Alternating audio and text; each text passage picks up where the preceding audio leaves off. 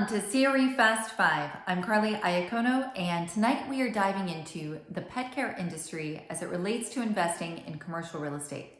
In 2020, pet care was a $99 billion industry, up from $90.6 billion in 2018. That is a very significant amount of growth in a condensed time period. So this was an industry that was already on a very strong trajectory and only got boosted by the COVID-19 shutdown and the increase in pet ownership. In fact, in the United States today, 67% of all households have a pet.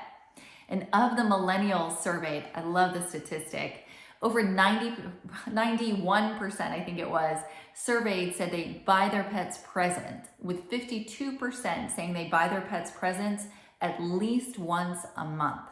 So pet ownership has become really a big spend category, and there are a lot of tenants that are benefiting.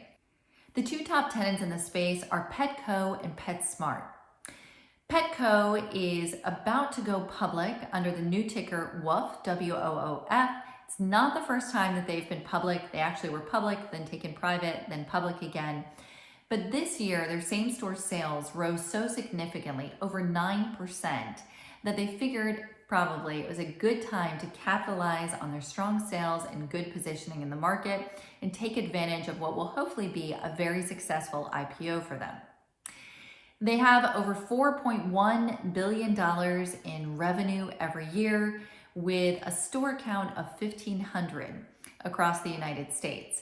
Now, Petco's success is not only attributable to the COVID-19 shutdown and the increase in pet ownership. In fact, they've been on a good path for quite some time. 3 years ago, they invested over $300 million in their business to modernize and add a very robust e-commerce platform and create an extensive veterinary network.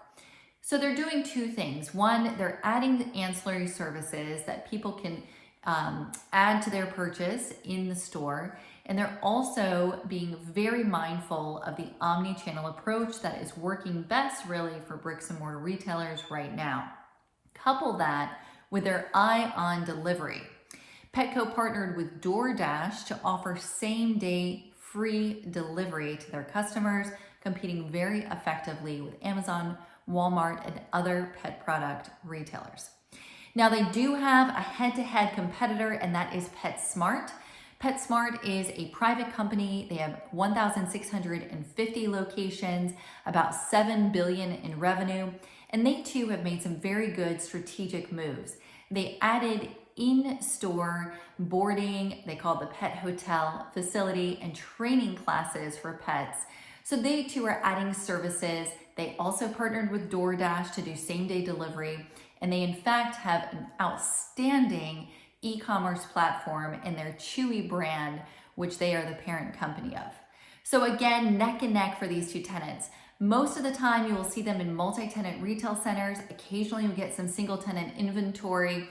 If we do, it is typically a double net structure with maximum base terms of 10 years.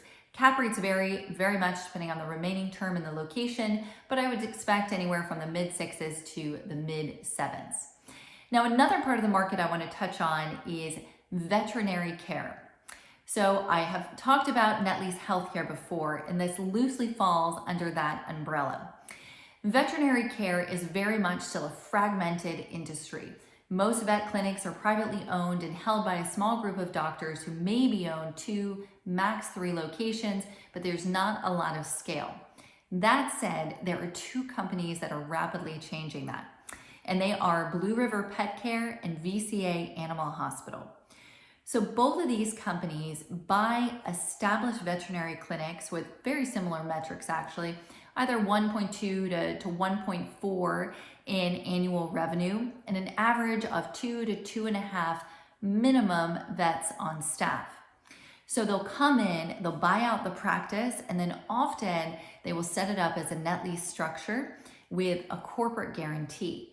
So this is a unique form of consolidation. We're not seeing one tenant expand across the country. In fact, we're seeing organic growth in local communities, but a strong guarantor or parent company coming in and buying out the business side of things.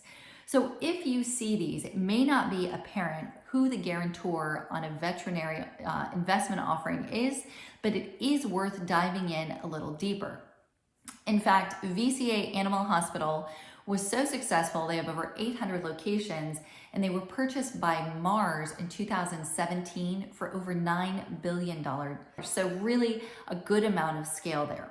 So I would take a look at net lease veterinary care if you happen to see one on the market, or if you own one and you're considering selling it. There is a market for these as investment properties, especially if you have that corporate guarantee backing the local brand that operates in the community. Very interesting space. I think they will continue their growth pattern in this organic consolidation in a unique fashion. Love this industry, one to keep an eye on as it continues to accelerate. Now, last thing I'm going to touch on, there are tenants that are collapsing. Pet Value, for example, just went completely bankrupt. And they are attributing their bankruptcy to COVID-19 and the limitation of in-store shopping. I would argue that's really not the main problem. Pet Value did not adapt. They didn't add the e-commerce fast enough. They didn't focus on delivery. They didn't do ancillary services. They were not a progressive retailer. So again, this is a perfect example. Retail is not dead. Retailers that don't adapt and progress are. So don't buy into the headlines. Pet Value is going bankrupt. Petsmart and Petco are continuing to thrive. That was CBRE Fast 5. I'm Carly Iacono. I look forward to seeing you again soon.